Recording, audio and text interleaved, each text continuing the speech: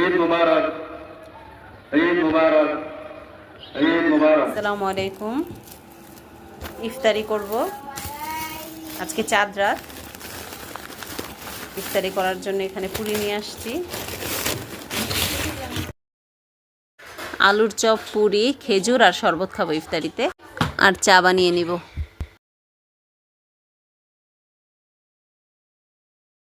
চা বসিয়ে দিয়েছি, ইফতারির পরে 1 কাপ চা খাবো।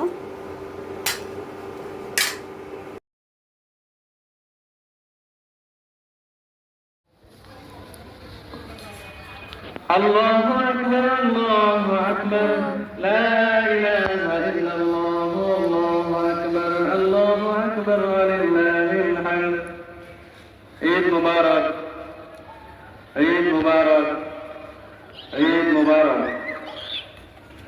সম্মানিত এলাকাবাসী, আলফালা জামে মসজিদে ঈদুল আজহা নামাজের জামাত 7টায় অনুষ্ঠিত হবে।